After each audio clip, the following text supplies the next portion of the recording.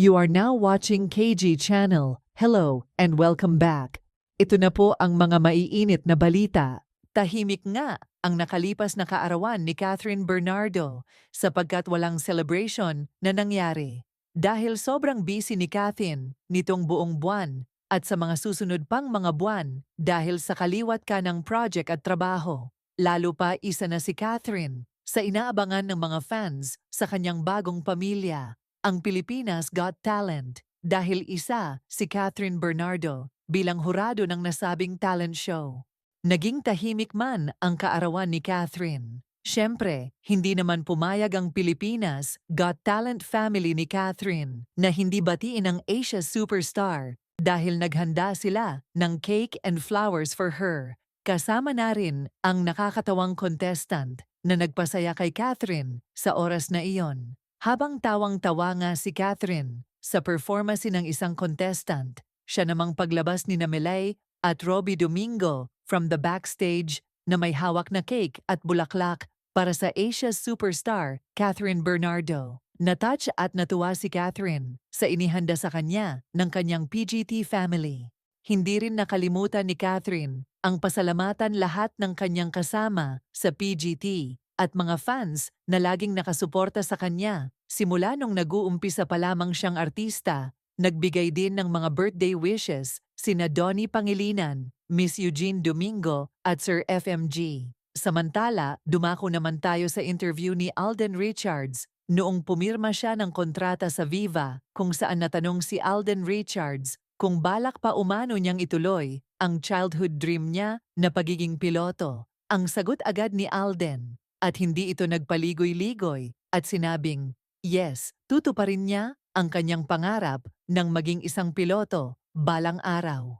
Sabi ni Alden na may nag-offer sa kanya ng scholarship para mag-aral at ituloy ang kanyang pangarap na maging piloto. Ibinahagi din ni Alden Richards na sa aviation school, umano ito sa Clark, Pampanga. Kung matatandaan, ay very vocal si Alden na ibahagi ang pangarap ng kanyang ina sa kanya.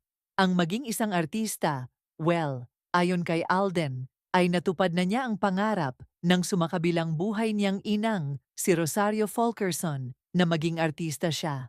So, dun sa part naman ng pag-fulfill ng pangarap ng dad ko para sa akin, gusto ko yon, sabi ni Alden. Sa interview ni Alden, na ibahagi niya na may nakausap na siyang aviation school na magbibigay sa kanya ng scholarship para sa pagtupad nito. Sabi pa ni Alden Richards, and right now, siguro pwede ko nang i-share na meron pong nag-oo since I've been very vocal about being a pilot.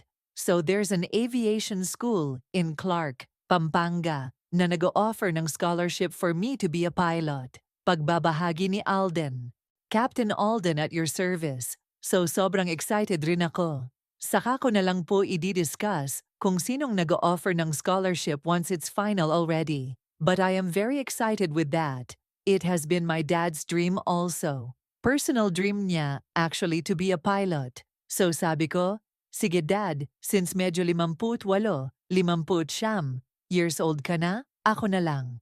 Pagpapatuloy ni Alden, so I am really excited for that.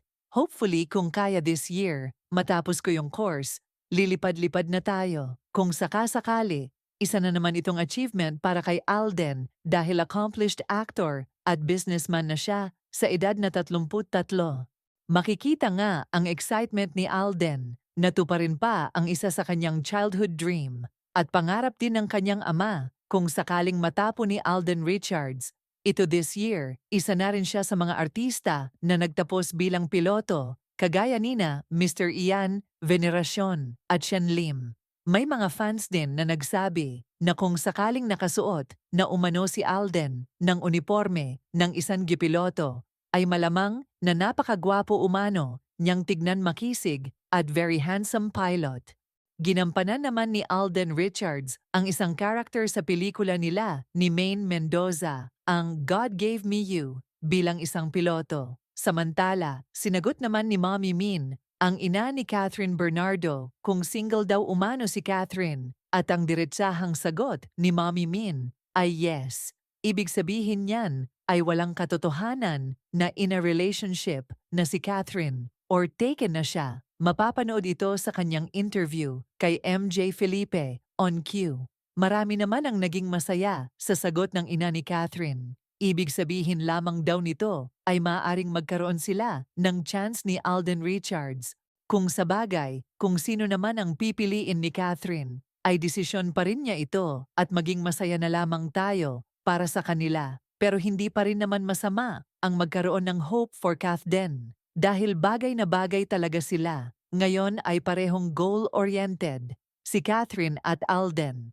Si Alden ay nakaplanong mag-aral ng piloto at sa kanyang business ventures. Si Catherine naman ay sunod-sunod talaga ang kanyang mga proyekto at nakafocus silang dalawa sa kanilang gustong gawin sa buhay.